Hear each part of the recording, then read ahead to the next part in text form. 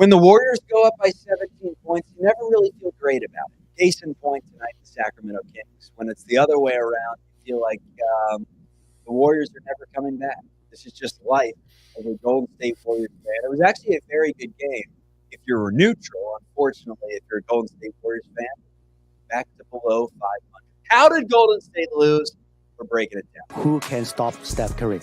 Hopefully we'll never find out. There's not many defenses in the world that can stop him. You are Locked On Warriors, your daily Golden State Warriors podcast. Part of the Locked On Podcast Network, your team every day. What is the good word, everyone? Welcome to Locked On Warriors, part of the Locked On Podcast Network, your team every day. We're brought to you by Gametime. Download the Gametime app, create an account, and use code LOCKEDONNBA for $20 off your first purchase. Ways that you can check out the show. You're watching on YouTube right now live. We go live after almost all these games. And Monday through Friday, post the podcast on whichever audio platform you listen to. We will be there in the morning so we can talk Golden State Warriors basketball. And unfortunately, it has not been a thing of beauty lately as the Warriors fall to 21-22 on the season, dropping a game to the Sacramento Kings, 123-117. I'm your host. My name's Charlie Walter, formerly at 95.7 The Game in the Bay Area.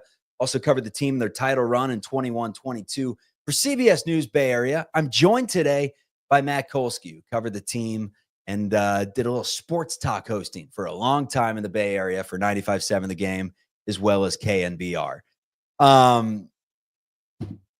It's Jekyll and Hyde, man. It's as simple as that.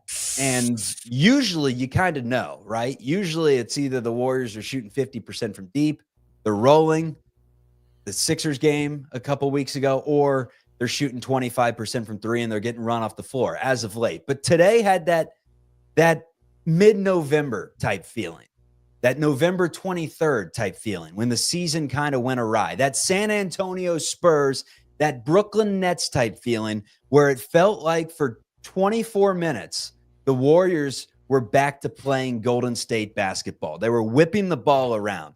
They were assisting on every single shot. They were getting clean looks every possession. In fact, they were burying shots, 14 of 26 from three in the first half. This is after they went 4 of 25 against the Celtics.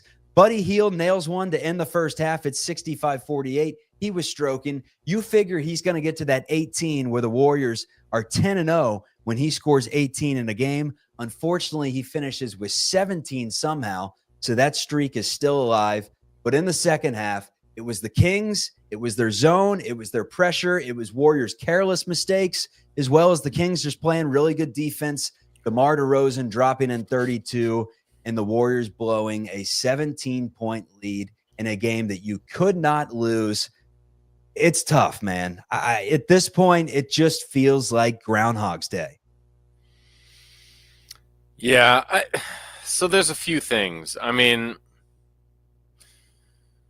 you know, it's not an excuse so much as it's just a fact of life at this point. Guy Santos and Quentin Post played a combined 37 minutes in this game. That's not good. That's not good enough talent to win NBA games on a regular basis. With all due respect to those guys. But give the flowers to Guy, man. He played really hard. He played well. He knocked down. I mean, he was 3 Santos, 6 of 9 from the floor, 4 or 5 from 3. He had 16 points. But you're right. When it comes down to it, go up and down the rosters. Sacramento's got, Keon Ellis and Herter coming off the bench, and DeRozan and Murray, and Fox goes 2 of 11, but they can weather the storm as he goes 10 of 10 from the charity stripe. They just have better players right now than Golden State. It really is as simple as that.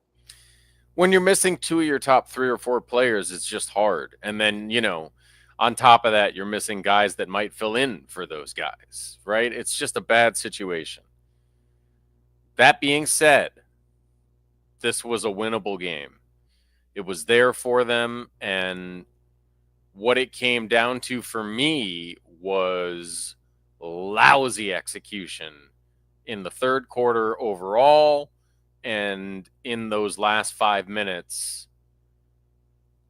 I mean, Steph was under assault tonight. I mean, he was seeing two guys when he came across half court. And he made the right play a lot. Do you agree that Keon Ellis and that pressure really changed the game in the second half? Like that to me was just when they kind of ramped up the pressure, changed the defense up a little bit. It just felt like Sacramento went on that run, and then the execution on offense down the stretch. There were like 3 straight possessions where it was just Wiggins ISOs, and he didn't really get good looks. Yeah, and Steph was making the right play all night. And I think we saw a few of those plays where, God, they miss Draymond so much in these moments, because when Draymond is out there and Steph gets blitzed and the pass goes to Draymond, better things happen. You know, there was one play tonight where Quentin Post made a very Draymond-y play, caught the ball off Steph getting blitz, heading into the lane, kicked it out for a three-pointer, right? But that play didn't happen nearly enough on a night where it was 4-on-3 all night. It was 4-on-3 in the Warriors' favor all night long because 2 guys were blitzing Steph and he was making a good pass more often than not. But then you can see he gets anxious, and that three-pointer he took with a minute and a half left,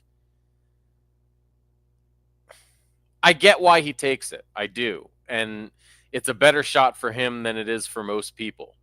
But it killed him. They were down 2 points, move the ball. All it takes is one layup to tie the game. Instead, again, even for Steph, that's a relatively low percentage shot. Yes, he pulls from that distance frequently, but that wasn't even an open shot from that distance. I mean, there was a hand in his face, and he kind of had to rush it to get it off. But again, that brings you back to like who he's out there with, you know, and he clearly does not trust the late game execution from his teammates, and you can see why. They couldn't buy a bucket down the stretch. I thought that was a tough reversal on Moses Moody, and that might have changed things if he goes to the line there and hits 3 shots. There were a couple tough calls in this game, but overall, it's that third quarter for me where they turned it over 7 times in the first half and then 8 times in the third quarter. And that's 13 points off turnovers in the third quarter alone. Look, DeMar DeRozan's going to have some stretches like that, but we saw the downside of that for the Kings. He'll also do some stuff that takes the Kings out of their offense, right? So you can weather DeMar DeRozan having a big quarter if you take care of the ball, if you do the right things offensively. And there were just too many times. And to your point, I didn't think it was Keon Ellis so much in the second half, as I just thought it was the Kings' intensity overall picked up and the Warriors didn't, you know? And again, I think some of that is who's out there. You're counting on Andrew Wiggins to do an awful lot. And for all the good things he does, and he did a lot of them tonight, he's not the guy that picks up your team's energy, you know? He's not the guy that gets the squad revved up again when the other team is taking it to you physically. At least he's not that with any regularity. It's just really a tough spot for them. The Jonathan Kuminga injury could not have come at a worse time. And Draymond and Kyle Anderson being out as well now, it's just a bad state of affairs. It's travesty of a loss, man. You weren't on the last show with me, but I broke the rose-colored glasses, my friend. Oh, no. I mean, they're donezo, because it just doesn't feel like this team really has a run in them. I mean, we just heard the tough news from Steve Kerr that basically Jonathan Kuminga is nowhere near close, and I don't necessarily know what that means because he is out of the boot, but it's like Jonathan's not returning anytime soon. Warriors will get Pajimski and Kyle Anderson back, most likely for the game against the Chicago Bulls, so that helps. It helps a lot. It'll help. It'll help big time. But this is just a reoccurring theme down the stretch. You're either getting blown out, you're blowing games, you're not closing out games. This team just doesn't have the winning DNA right now. It's tough. And you look at how the Warriors finished out this game. There were moments where, I mean, Sacramento came back with a 37-20 third quarter advantage. And the turnovers, the 19 Warriors turnovers in the game that led to 27 points off those turnovers was definitely the difference in this game, but it was all knotted up going into the fourth quarter. And it was the Warriors who made a little run. It was Buddy Hield hits a three with 10 minutes to go, puts the Warriors back up. We're still thinking the Kings at that point are going to close out this game. They have all the momentum. Then Moody hits a three. It's 96-92 Warriors with 9 minutes to go. Very next possession, after a Malik Monk turnover and a Buddy Hield steal, Buddy knocks one down from 26 feet. Warriors are up 99-92. Kings call a timeout. And that was 9:07. Within, let's do the math here, 1 minute and 30 seconds, 90 seconds of game time, the Kings had gone on an 8-0 run, taken a 100-99 lead. And that was the lead that they pretty much had for just about good. The Warriors did take one more lead when Guy Santos hit a three with 5:19 to go in the game to go up 107-105. But they also tied it with 2 minutes left. And that's where I say, like, the game's tied with 2 minutes left. Malik Monk goes to the free throw line. The Warriors get the ball down two, and Steph Curry pulls up from 31 feet. Again, I get it. He has been blitzed all night. It's the best look he's going to get, and nobody else has been inspiring confidence. At the same time, that shot killed them.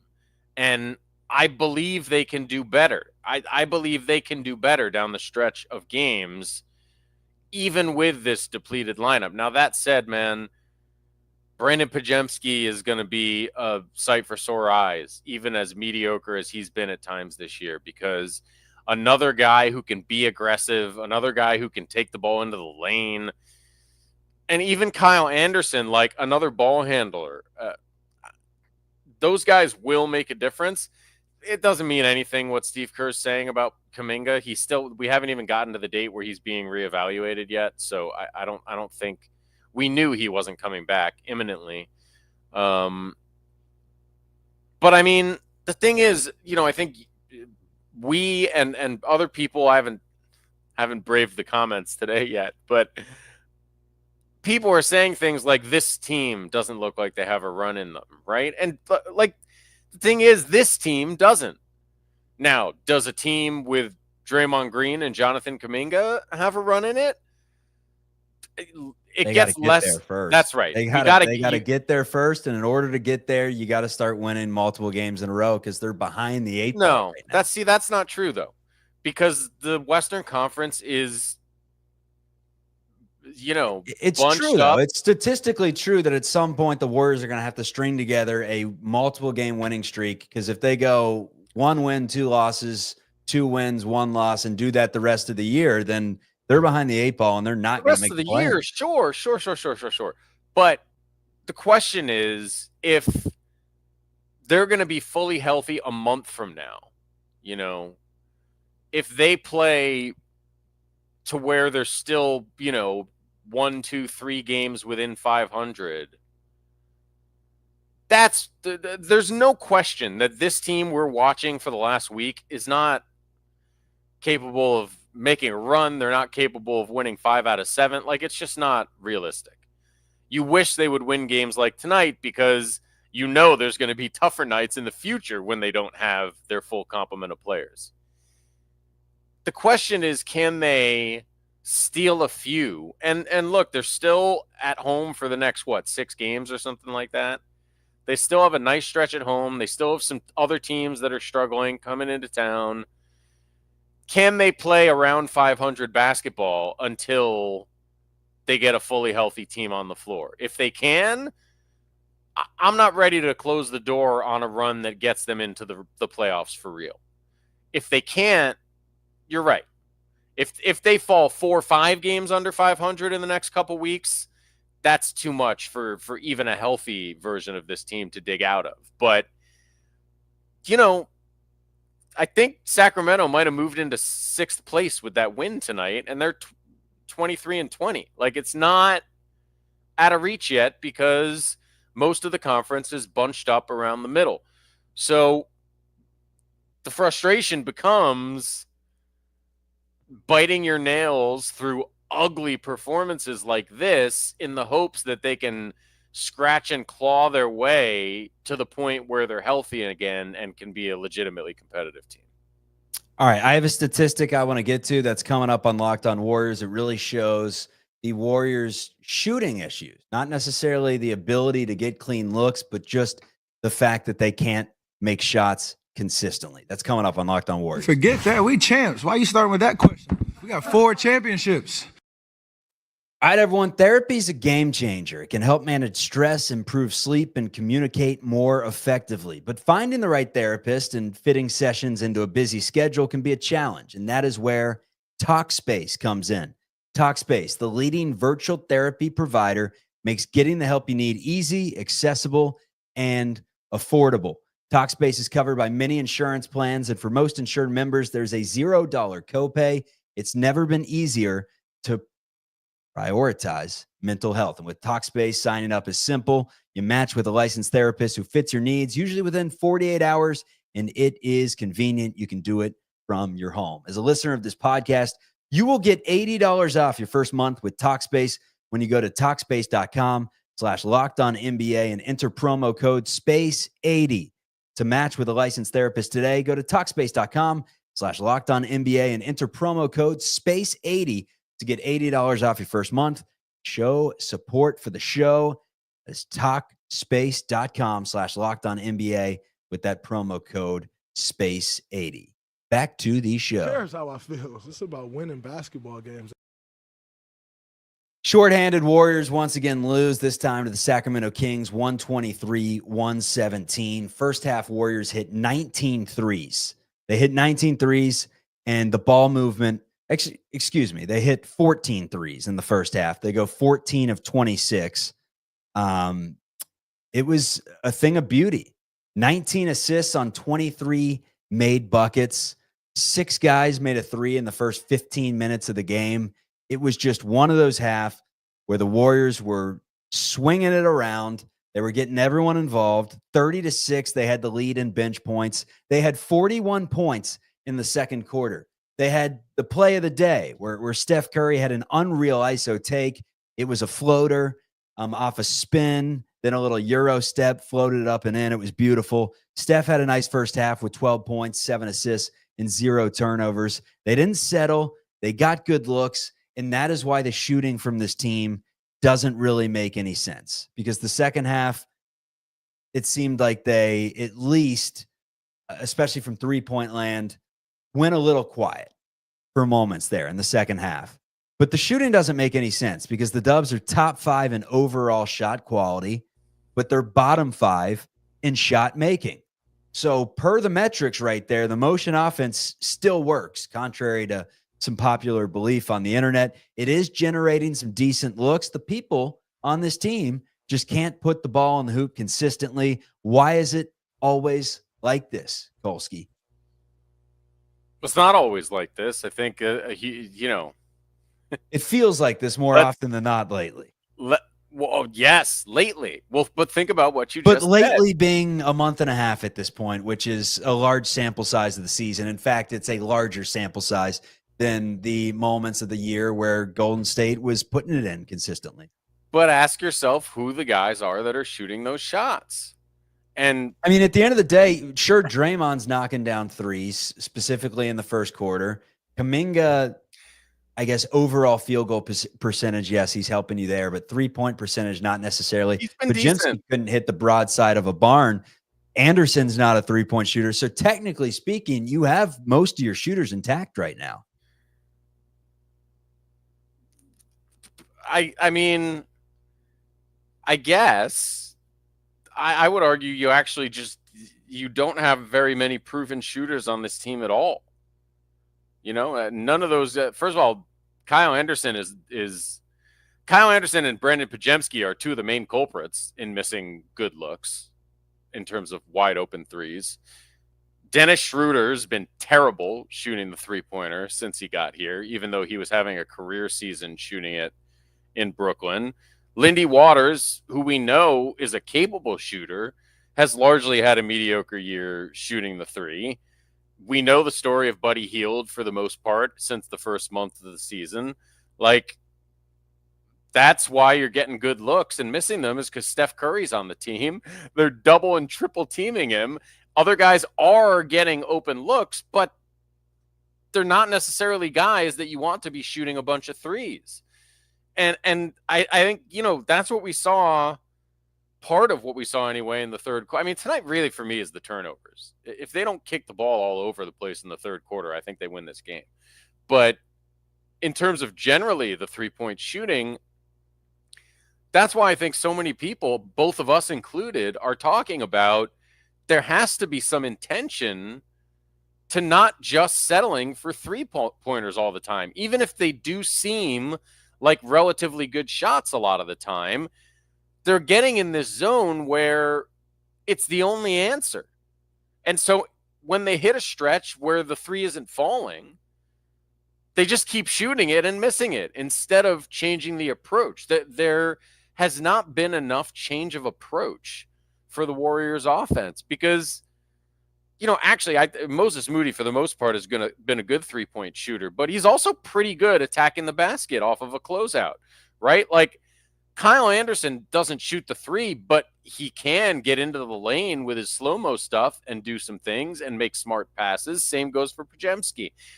Has not shot the three well this year until the last, I think, 7 or 8 games before he went out. He was shooting it well again.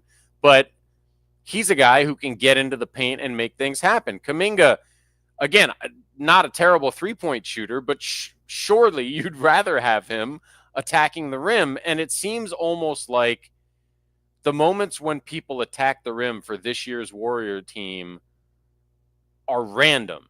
There's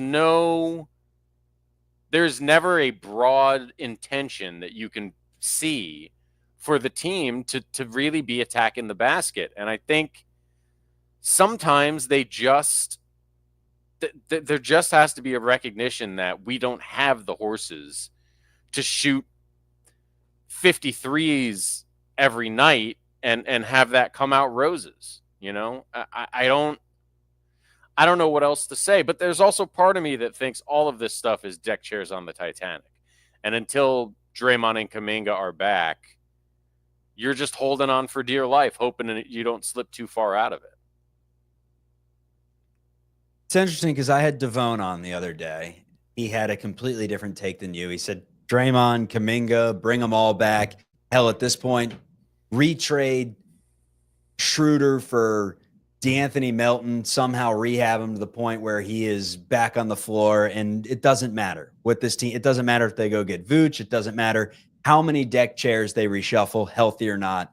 They're just not going anywhere. You kind of have the sense that like this team could still sneak into that 5-6 seed and be playing some meaningful basketball towards the end of the season. The issue with it is every game you lose, every game you're not healthy, you continue to bury yourself in this hole while some other teams like the Sacramento Kings start to hit their stride. The Phoenix Suns, who you're fighting with for a playoff spot, any second now could be getting Jimmy Butler, unless I'm reading the room wrong there.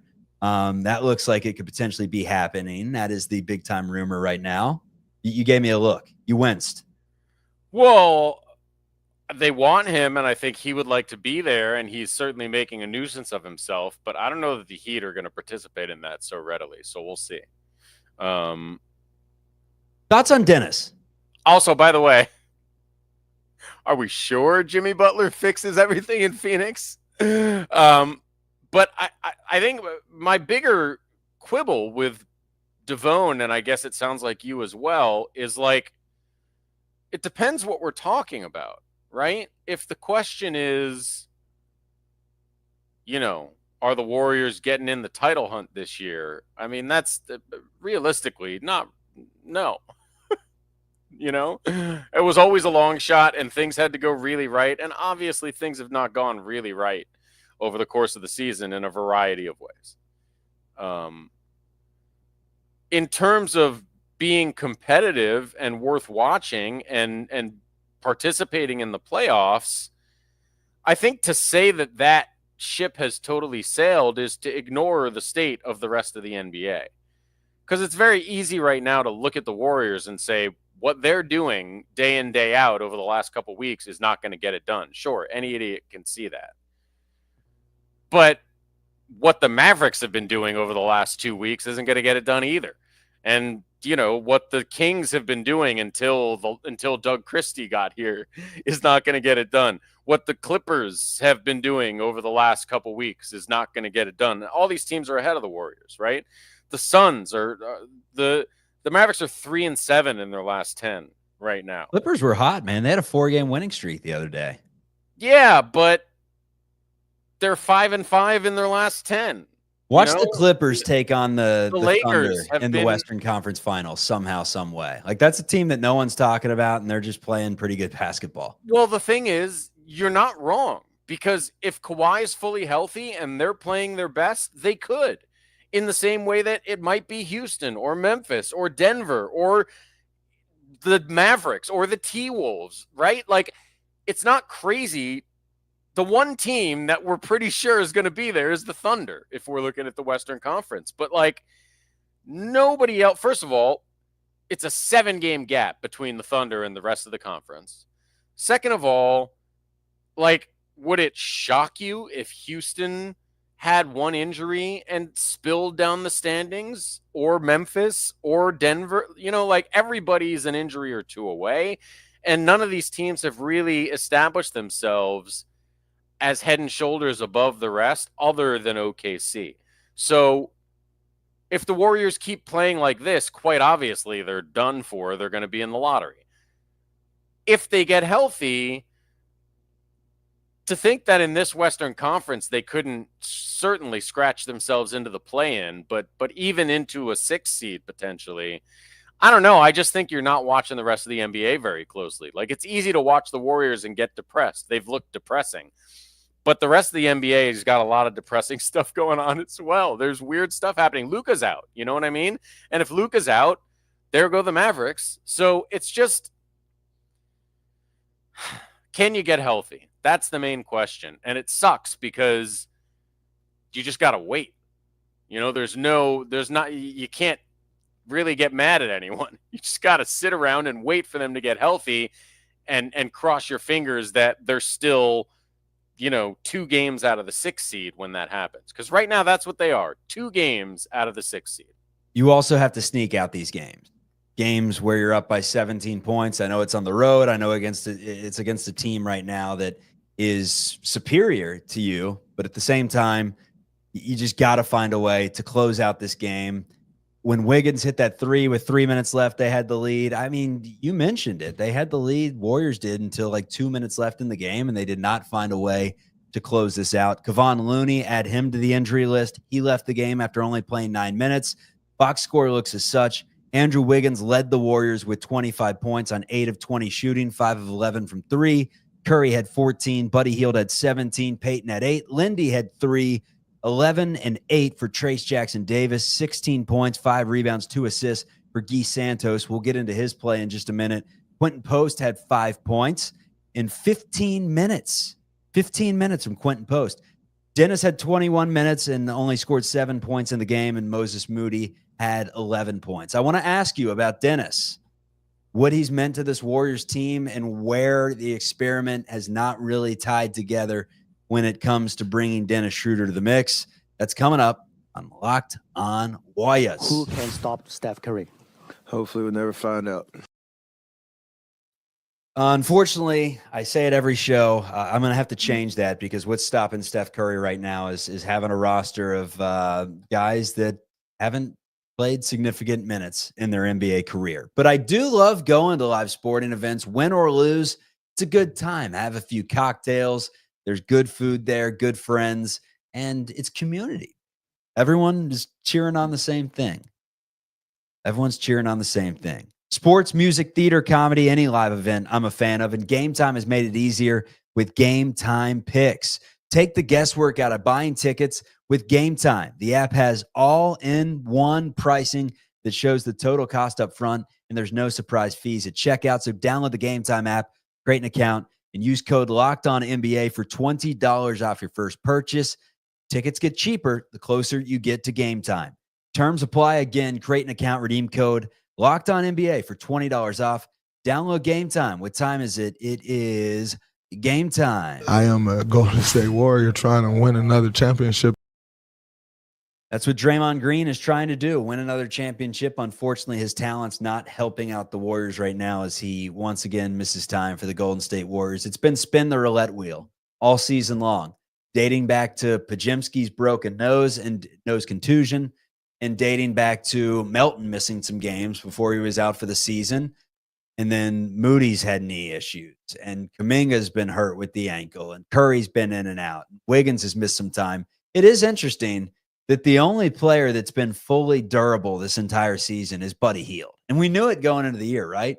Kings fans are like, expect a lot of threes, expect a lot of dribbling off his foot, expect very high highs and very low lows, but you can always expect one thing. That dude's going to be on the floor lacing him up every single night. Dennis has been lacing him up every single night for the Warriors. I don't know if he's missed a game, although sometimes you forget about the impact that he brings to the table, and you forget that this is someone that averaged 17 points for the Brooklyn Nets. Is it as simple as the Brooklyn Nets didn't have a very good team, so he had more opportunities to really showcase his abilities, or is this just a match that is made in hell? I mean, I hope it's not either. But if those are the choices, I lean towards the latter. Dennis Schroeder's been productive in a variety of places. I mean, he is shooting 36% from the field and 28% from three as a Warrior. His scoring efficiency numbers are atrocious, and they tried taking him off the bench today to back up Curry instead of playing with him, and it didn't work.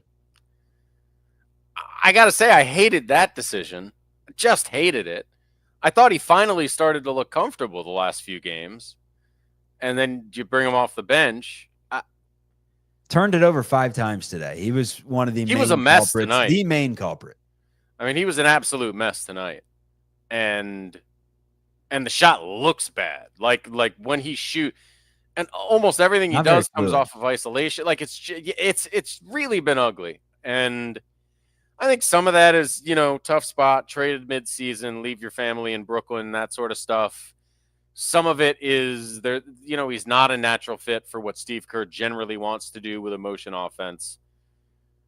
Some of it is just bad luck. He just came here and hit a cold streak. But, I don't think he's an impossible fit. And I don't think it would kill the Warriors to just run some screen and roll when he's out there. We know he can do it really well.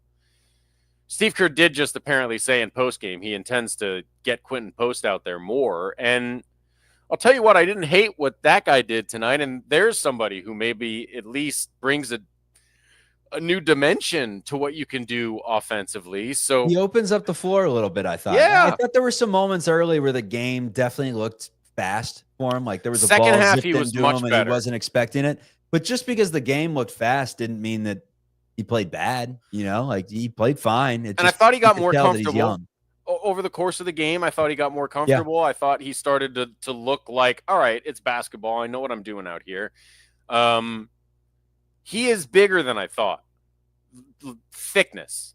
Like I in my head, he was skinnier and less capable of being a big guy in the middle. I think there's a little bit of the Vucevic syndrome where he's not super quick-footed, but he is 7 feet tall with very long arms. Like that matters just standing there on defense when you're that big. And the three he did hit looked very pure. He's got a real jumper. So why not? I mean, in the state they're in, I'd love to see more Quentin Post because at least it's a change of pace. Guy Santos, let's finish with him. He was awesome, man. Has he done enough to earn himself some minutes at this point? I think if the team saying when everyone comes back, earn himself 7 minutes is kind of that bigger Gary Payton spark plug. Yeah, it's different. I mean, I think Gary is, a defensive specialist for specific situations. I think Guy Santos is kind of what, a Juan Toscano Anderson was a couple years ago, right? He can do a little bit of everything. On a night when he's hitting his threes, he can really help you. But more than anything, you put him in there when you need someone to juice up the game. And I should see. I don't know how much he played in that third quarter, but if it's me, the way they looked coming out in that third quarter, that's the Guy Santos moment, if ever there was one. Is like, wow, the Kings just came out and they are taking it to us, and we are not ready for this. Yeah, Guy Santos barely played in that quarter, minute 41. And I would have just he's a guy that's not going to let the game get taken to him physically, because he's going to be throwing his body around, giving every ounce of energy, trying to make stuff happen. And there were times tonight where, even though he can't do any of the things that Andrew Wiggins can do skill-wise on a basketball floor, I'd rather have Guy Santos throwing himself around like a wrecking ball out there than Andrew Wiggins calmly doing whatever the hell he's doing. Sometimes you just, especially when you're shorthanded, especially when you're facing a drastic talent mismatch, sometimes you just need juice, and they did not have it in the second half tonight. They've not had juice in a lot of these games. When they have juice, they're pretty damn good, right? I mean, there have been a few of these games where they've just come out and shot the lights out, run teams off the floor. But that first half tonight and what happened in the second half is the cautionary tale, right? Because it's going to be few and far between when you can shoot the lights out all night. You have to have other answers. And this team right now struggles both talent-wise and, I think, philosophy-wise to have other answers when the threes stop falling, which they inevitably do. You hand the ball away 19 times, that leads to 27 easy points for the other team, and you're not going to win on another team's floor. It's just as simple as that. So the Warriors are below 500. They get the Chicago Bulls on Thursday. Let's do this thing again, Kolsky. Actually, let's not do this again. Let's smile. I'll try to tape together those rose-colored glasses, and we'll try to get a run here, because this has been hard, man. This has been hard to suffer through this. The beginning of the season really felt like this team had something. Felt like they just meshed, and I don't know what it was. You can point to DeAnthony Melton and just kind of the emotional toll that it took on the team, losing a player like that was supposed to play a significant role. Or you can just say that the Warriors shot the lights out the first 13 games of the season. It was when Steph and Draymond were at their freshest. It was when they came in with, tons of energy, whereas we've kind of hit the January lull, and maybe they have another run in them, but it has not looked like the same team consistently, even against the bad teams, man. There were 30, 40-point beatdowns to start the season in favor of the Warriors. We're getting one of those a month at this point. So, and it's the Warriors on the losing end, so that's not what you want. No, we're getting about 5 of those. We're getting one of the Warriors, beating down the Philadelphia 76ers or whatever it is. Yeah, so, no, it's ugly right now. It's Toronto's a struggle. Ugly. Toronto's a loss. Washington's a struggle. When you play great against the Pistons, they come back late in the game. Nothing's easy. It's as simple as that. Nothing's easy. And you kind of just hope that you can hold your head above water for long enough. We see the boat in the distance, and they're waving, coming from the harbor. They're waving to us. They got the ring in their hand ready to go. But there's not a lot of energy there. No, and it's like, I shouldn't have had that cheeseburger. I'm starting to sink just a little bit, and I see it in the distance. It's like 50-50 if the boat's going to get here in time, man. It's far from guaranteed right now, but you just have to hope that they can steal enough games like tonight to keep at least a fingertip above water for them to get pulled back, if not to shore, at least out of drowning position sometime in the next month. And for those of you that do look at the glass half full, as the Warriors keep losing and other teams start to win, I mean, there is a chance that, they could have a serious chance, and by serious, 4 or 5% for that Cooper flag ping pong ball. Polsky's shaking his head saying, absolutely not. Hey, 5%, man, to get a generational talent. That's something. So with every loss, you come a little bit closer to that. But look, this is not a city that cheers on losing. It's just not. So start winning some games, man. Yeah, it's not. First of all, nobody should have to cheer on losing generally, but also Steph Curry doesn't need to go into the lottery. I want to see Steph Curry playing meaningful basketball games is what I really want. And I think this team still can get to a place where that's happening without Cooper Flag. You better beat Chicago. It's as simple as that. You better beat the Chicago Bulls. I just hope Steph Curry's on the floor.